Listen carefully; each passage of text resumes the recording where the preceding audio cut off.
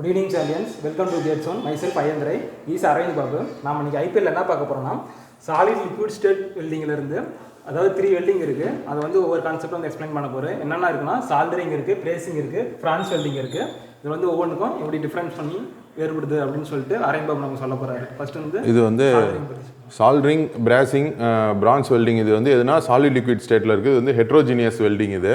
First one வந்து soldering-னா வந்து method of joining metals by using filler metals which is melt below 450 degrees Celsius.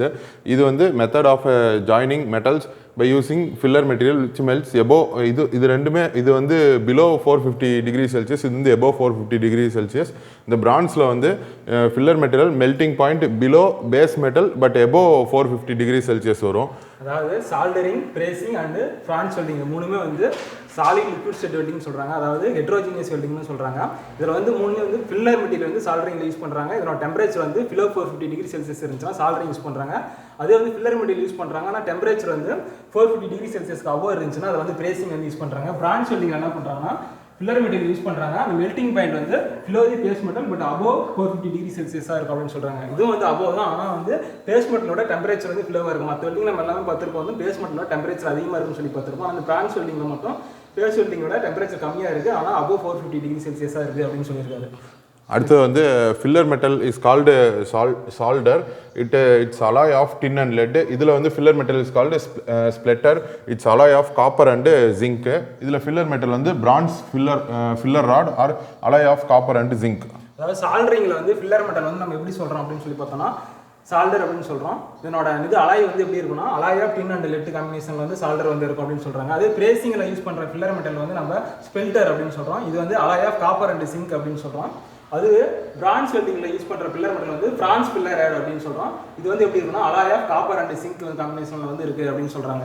அடுத்து வந்து filler metal எதில் flow ஆகும் அப்படின்னா கேபிலரி ஆக்ஷன். இங்கேயும் பிராசிங்லேயும் வந்து ஃபில்லர் மெட்டல் வந்து கேபிலரி ஆக்ஷனில் ஃப்ளோ ஆகும். இங்கே பிரான்ஸில் வந்து filler metal does not flow in gravity action இதுக்கு வரும். அதாவது வெல்டிங்கில் வந்து ஒரு ஃபில்லர் மெட்டீரியல் வந்து ஃப்ளோபிலிட்டிங்கிறது வந்து ரொம்ப முக்கியம். அதில் வந்து ஃபில்லர் மெட்டல் வந்து எப்படி வந்து ஃப்ளோ ஆகுதுன்னா கேபிலரி ஆக்ஷன் மூலமாக ஃப்ளோ ஆகுது அப்படின்னு சொல்கிறாங்க.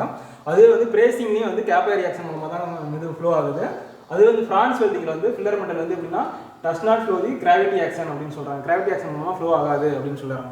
அடுத்து இதில் வந்து soldering is used where parts வந்து இதில் வந்து எல்லாமே வந்து லெஸ்ஸாக இருக்கும். Less temperature, less lead force அதெல்லாம் இருக்கும். அதே இது பிரேசிங்கில் வந்து இட் இஸ் யூஸ்டுன்னு ஹை டெம்பரேச்சர், எக்ஸசிவ் லோடு அதெல்லாம் வந்து பிரேசிங்கில் வந்து யூஸ் பண்ணுவாங்க.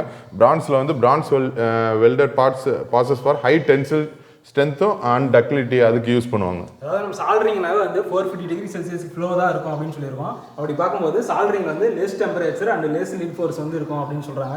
அதே பிரேசிங் வந்து 450 டிகிரி செல்சியஸ் அபோவ் இருக்கும்போது அதனால் வந்து ஹை டெம்பரேச்சர் கிடைக்குது, எக்ஸசிவ் லோடு அண்ட் ஃபோர்ஸ் இதெல்லாம் வந்து தேவைப்படுது பிரேசிங் பண்ணுறதுக்கு அப்படின்னு சொல்கிறாங்க. அதே ஃப்ரான்ஸ் வெல்டட் பார்ட்டில் வந்து ஹை டென்சைல் ஸ்ட்ரென்த்தும் அந்த டக்டிலிட்டியும் கிடைக்கிறதுனால நம்ம வந்து ஃப்ரான்ஸ் வெல்டிங்கில் வந்து ஃபில்லர் மெட்டலில் வந்து நம்ம வந்து யூஸ் பண்ணுறோம்னா ஃப்ரான்ஸ் ஃபில்லர் ராட் வந்து யூஸ் பண்ணுறாங்க அப்படின்னு சொல்கிறாங்க. அடுத்து சால்டரிங்கில் வந்து zinc chloride or HCl use பண்ணுவாங்க. இதில் வந்து ஃப்ளெக்ஸ் போராக்ஸ், போரிக் ஆக்சைடு வந்து யூஸ் பண்ணுவாங்க. அதாவது சால்டரிங் பண்ணும்போது நமக்கு வந்து என்ன எக்ஸ்ட்ரா மெட்டீரியல் வந்து யூஸ் பண்ணுறாங்கன்னா சிங்க் குளோரைட் அண்ட் HCl வந்து யூஸ் பண்ணுறாங்க. இந்த பிரேசிங்கில் வந்து ஃப்ளெக்ஸ் போராக்ஸ் வந்து யூஸ் பண்ணுறாங்க, அந்த போரிக் ஆக்சைடு வந்து யூஸ் பண்ணுறாங்க அப்படின்னு சொல்கிறாங்க. அடுத்து வந்து சால்டரிங்கில் வந்து used to electrical circuit design use பண்ணுவாங்க. இது வந்து லீக் ப்ரூஃப் ஜாயிண்ட்டுக்கு வந்து பிரேசிங் யூஸ் பண்ணுவாங்க.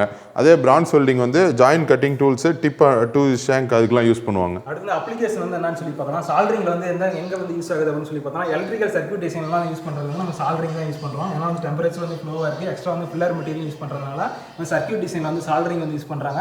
பிரேசிங் வந்து எது யூஸ் பண்ணுறாங்க லீக் ப்ரூஃப் ஜாயின்லாம் எங்கே வந்து தேவைப்படுதோ அங்கெல்லாம் வந்து பிரேசிங் வந்து யூஸ் பண்ணுறாங்க.